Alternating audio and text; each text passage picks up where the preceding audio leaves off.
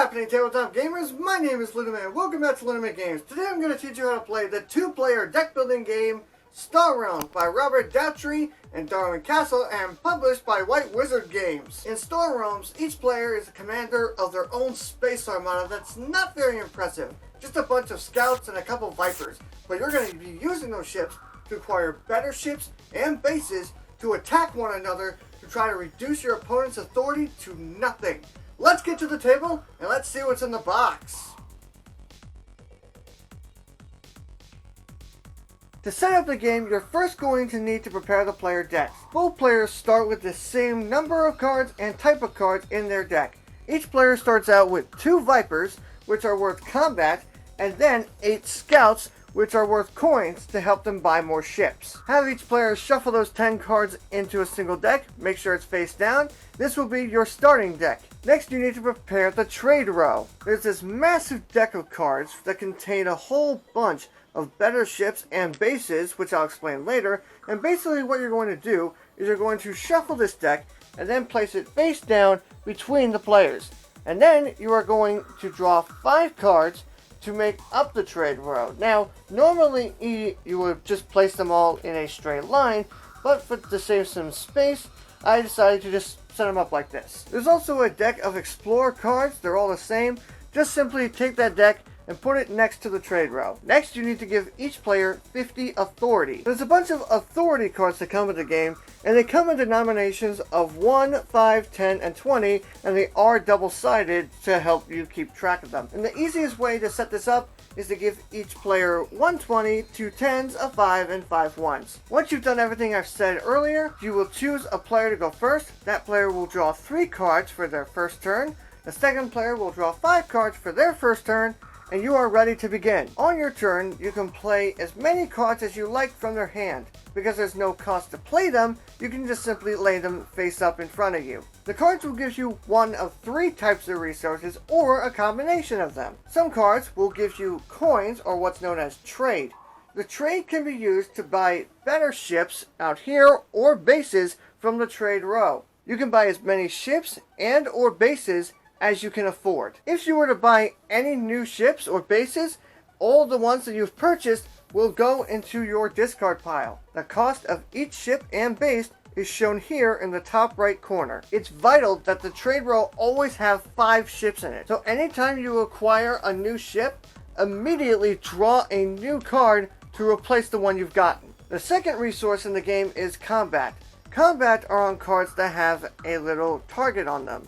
Combat is used to either attack your opponent to reduce their authority or to try and destroy their bases. Once you're done purchasing all the cards you can and fighting off your opponent, you take all the cards that were in your hand on that turn and you place them in the discard pile with your newly purchased ships or bases. Draw 5 more cards and it will then be the next player's turn. If you ever run out of cards in your deck and you need to draw more, simply just take your discard pile and shuffle it up to form a new deck. As the game goes by, you're going to start seeing the more powerful cards that you've obtained in previous turns show up in your hand. There are 2 types of cards in the game. There are ship cards, where you will do whatever the ship says, and then at the end of your turn you will discard it. And then there are base cards, which will give you extra benefits, whether it is trade, combat, or the third resource, authority, which is basically your health, and they will stay in front of you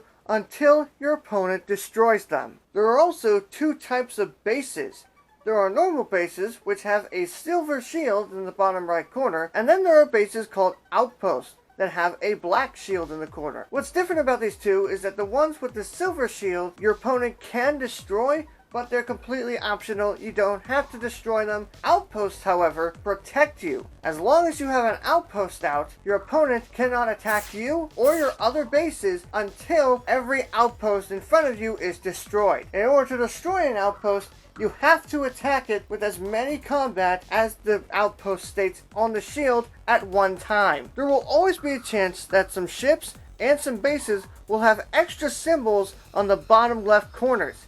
These are called ally abilities. Every card in the trade row, with the exception of the Explorer, belongs to a certain faction. The ally ability on the ships or bases can trigger if you have another ship or base in play that has the same faction symbol as the symbol in the ally ability. For example, I played this Imperial Fighter first, and then I played another Imperial Fighter. The faction symbol in the second fighter is the same as the ally symbol in the first fighter, so I would then trigger this fighter's ally ability. But that's not all. This Imperial Fighter also has an ally ability of yellow.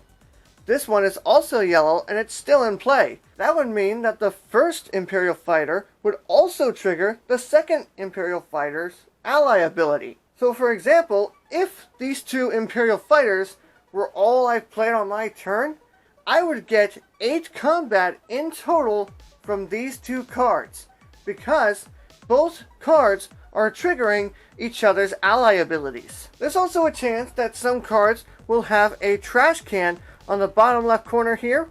That is called the scrap ability. At any time on your turn, if you have a card in play with the scrap ability, you can choose to take that card, remove it from the game, and you will gain the ability from the scrap ability one time. When you scrap a card, you will place it in what's called the scrap heap. Keep in mind, if you were to scrap a card for any reason other than the scrap ability does not trigger. Also, if you were to scrap an Explorer, instead of putting it in the scrap heap, you will simply just put it back in the Explorer deck. The first player to reduce their opponent's authority to nothing is the winner. And that is everything you need to know in order to play Star Realms. As always, if you have any questions, feel free to leave them in the comments and I will get to them. I hope you enjoyed this video. If you did, give it a big thumbs up. That means a lot to me. If you want to know my thoughts on Star Realms or you want to learn how to play more games, make sure you subscribe to the channel for more tutorials, reviews, and unboxings. Thank you all so much for watching, and I will see you all in the next video.